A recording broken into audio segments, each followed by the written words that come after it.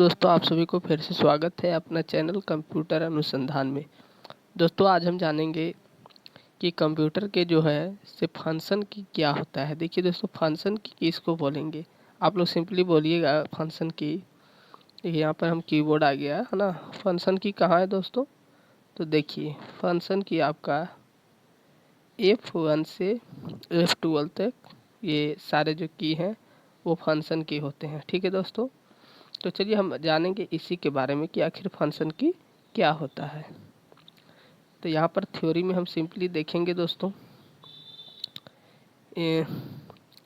Function की keyboard के सबसे ऊपरी भाग में होता है जिसका प्रयोग एक विशेष कार्य करने के लिए किया जाता है, जो कि F1 से F12 तक के रूप में अंकित किया हुआ रहता है। दोस्तों ये आपको थ्योरी में बताया गया है कि F1 से लेके F12 तक की फंक्शन की होते हैं। आखिर इसका प्रयोग क्या होता है, इसका जो है कि एक तरह से यूज क्या होता है ना दोस्तों। तो चलिए ये सारे आपको यहाँ पर थ्योरी में लिखे हुए हैं दोस्तों। तो देखिए अब ये जरूरी नहीं कि फंक्शन की का प्रयोग केवल अकेले ही हो, है ना।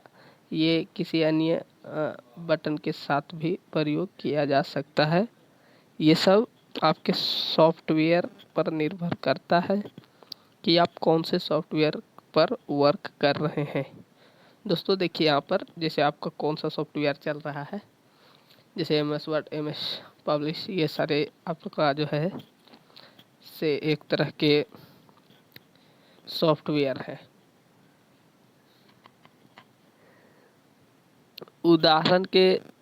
उदाहरण से समझे तो फंक्शन की का इस्तेमाल अकेले और अन्य बटन के साथ कैसे प्रयोग किया जा सकता है। तो यहाँ पर देखिए आप देख सकते हैं फंक्शन की का प्रयोग। तो ये यहाँ पर डेटा के माध्यम से आप सभी को दिखाया गया है। जैसे यहाँ पर अब आइए F1, चलिए हम बारी बारी समझेंगे कि आखिर F1 F2 ये सब का प्रयोग किस लिए और क्यों होता है, कैसे होता है। ठीक है दोस्तों, तो देखिए यहाँ पर लिखा हुआ है F1 हेल्प ऑप्शन को खोलने के लिए F1 बटन का प्रयोग करते हैं। आप जिस सॉफ्टवेयर या प्रोग्राम में F1 प्रेस करेंगे उसमें हेल्प ऑप्शन खुलकर आपके सामने आ जाएगा, वहाँ जो चाहे वो हेल्प ले सकते हैं। ठीक है दोस्तों, अब F2 का प्रयोग क्या है। इस फंक्शन की का इस्तेमाल किसी भी फोल्डर को रीनेम, है ना, करने के लिए किया जाता है। आप किसी भी फोल्डर को, डेस्कटॉप पर के फोल्डर को रीनेम कर सकते हैं। F3 इस फंक्शन की का इस्तेमाल कंप्यूटर के किसी भी फोल्डर, इमेज, वीडियो, सॉफ्टवेयर इत्यादि चीज़ों को सर्च करने के लिए किया जाता है। अलावा इंटरनेट पर भी F3 का प्रयोग किसी वेब पेज या अन्य चीज़ों को खोलने के लिए किया जाता है।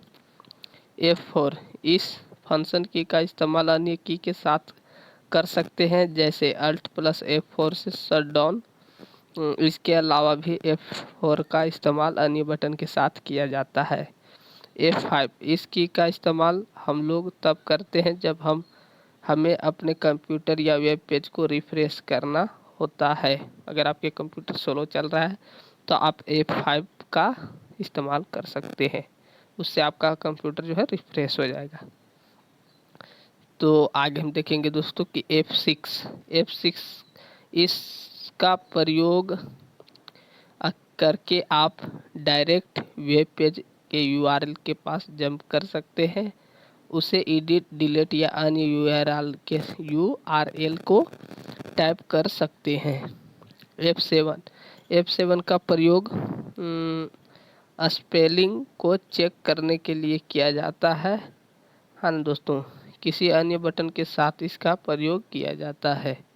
ठीक है दोस्तों, F8 अगर आप सेफ मोड में जाना चाहते हैं तो विंडोज बटन के साथ F8 प्रेस कर सकते हैं, सेफ मोड में आसानी से जा सकते हैं। F9 इस फंक्शन की का इस्तेमाल अकेले नहीं बल्कि इसके अलावा किसी दूसरे बटन Shift Alt के साथ इसका प्रयोग किया जाता है। F10 इस की का इस्तेमाल अकेले नहीं होता है बल्कि किसी अन्य की के साथ इसका इस्तेमाल किया जाता है। Shift+F10 प्रेस करने पर राइट क्लिक मेनू ओपन होता है जो कि माउस के राइट बटन प्रेस करने पर खुले ऑप्शन के समान होता है। ठीक है दोस्तों, फिर है F11। ब्राउज़र को फुल स्क्रीन मोड में देखने या लाने के लिए इस बटन का प्रयोग किया जाता है। F12 इस बटन का प्रयोग किसी जगह अलग अलग रूप में होता है। अगर आप क्रोम ब्राउज़र के में F12 प्रेस करेंगे तो कुछ और माइक्रोसॉफ्ट वर्ड में F12 प्रेस करेंगे तो सेव करने का ऑप्शन खुल जाएगा जो कि एक्चुअल में सेव एज होता है। दोस्तों आज के लिए इतना ही, मिलेंगे अगले वीडियो में। माउस के बारे में जानेंगे दोस्तों, माउस कितने प्रकार के होते हैं, माउस क्या है।